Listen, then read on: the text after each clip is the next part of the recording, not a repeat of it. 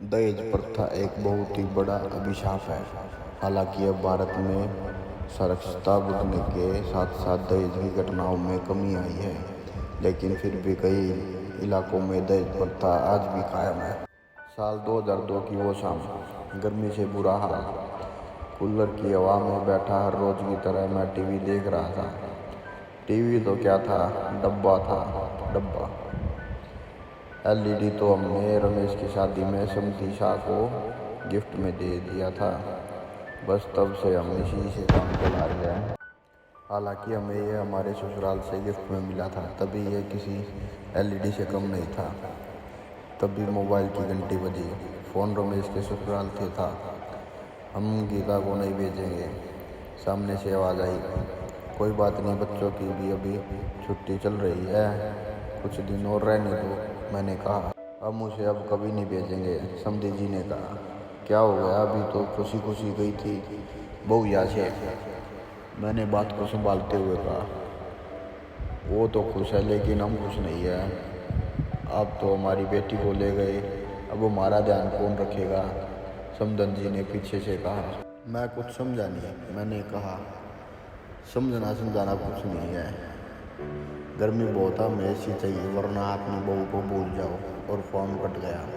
मेरे पैरों तले जमीन खिसक गई थी। मुझे कुछ समझ नहीं आ रहा था मैं क्या करूं। हालांकि मुझे इतना जरूर पता था कि जिस चीज़ को वह मांग रहे थे वह दहेज था। मैंने रमेश को आवाज़ लगाई, बहू के साथ कुछ झगड़ा हुआ था क्या। मैंने पूछा।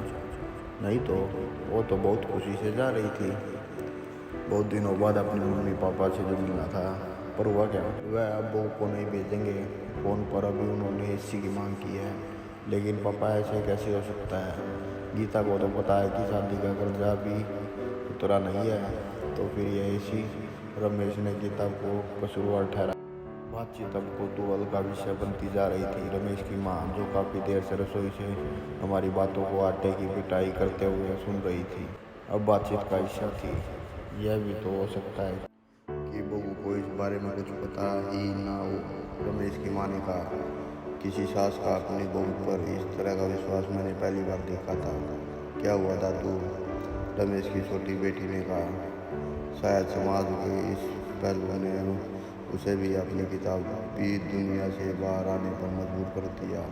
तुम नहीं समझोगी, रमेश ने उसे टोकते हुए कहा। क्यों नहीं समझूंगी, मुझे पता है आप लोग दहेज प्रथा की बात कर रहे हो। छोटी के शब्द दहेज ने सभी को शतवध करके रख दिया। मैंने अपनी हिंदी की किताब में पढ़ा था दहेज के बारे में।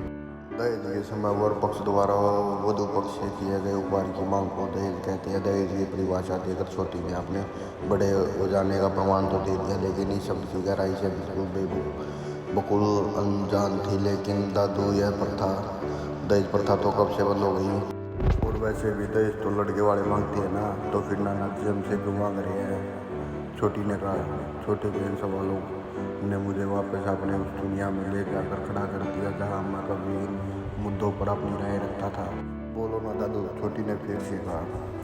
मैंने छोटी के सर पर प्यार भरा हाथ रखा। बात तब की है बेटा, जब भारत सोने की चिड़िया था। लोग इतने धनवान थे कि शादियों में दिल खोलकर खर्चा करते थे और बड़े बड़े उपहार देते थे। समय के साथ भारत सोने की चिड़िया तो नहीं रहा, पर उपहार देना एक प्रथा बन गई। और धीरे धीरे यह प्रथा सिर्फ लड़की वालों के लिए रह गई। लोग अब शादी के लिए बड़े बड़े उपहारों की मांग करने लगे और जन्म हुआ दहेज प्रथा का। समय के साथ दहेज प्रथा ने अपना भयानक रूप दिखाया, और जो लोग दहेज देने में सक्षम नहीं थे, वे लड़कियों को बोझ समझने लगे। दहेज के लालच में लोगों ने अपने बहूओं को प्रताड़ित करना शुरू कर दिया। दहेज का भयानक रूप तो तब सामने आया जब दहेज के डर से लोगों ने बिटिया को माँ की कोख में ही मारना शुरू कर दिया। धीरे धीरे लड़कियों की संख्या लड़कों के मुकाबले कम होने लगी।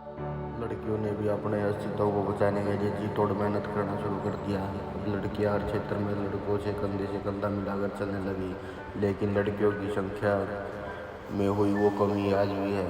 इसलिए शादी के लिए आज लड़की वालों की तरफ से पैसों और उपहारों की मांग की जाने लगी। और जब दहेज का एक दूसरा रूप सामने आया, एक प्रथा ही दूसरी प्रथा को जन्म देती है। फंडा यह है कि किसी प्रथा को खत्म करने की बजाय उसके सही और गलत पहलू की और ध्यान दिया जाए। तभी दरवाजे की घंटी बजी। छोटी ने तोड़ कर दरवाजा खोला। आज से यही मेरा घर है, मैं वो घर छोड़ आई हूँ पापा। जो मेरा सौदा करे वो मेरे माँ बाप नहीं हो सकती। गीता ने रमेश की तरफ देखते हुए कहा। रमेश की आंखें उभर आई। उसने दौड़कर गीता को गले से लगा लिया। आज फिर एक बेटी ने परिवार को बिखरने से बचा लिया था। नारी के अटूट प्रेम का बेजोड़ उदाहरण आज मेरे सामने था। मैंने अपने हाथ पर प्यार भरा एक हाथ महसूस किया। दो प्यार भरी आंखें गली के नुक्कड़ तक घूम आने का निमंत्रण दे रही थी।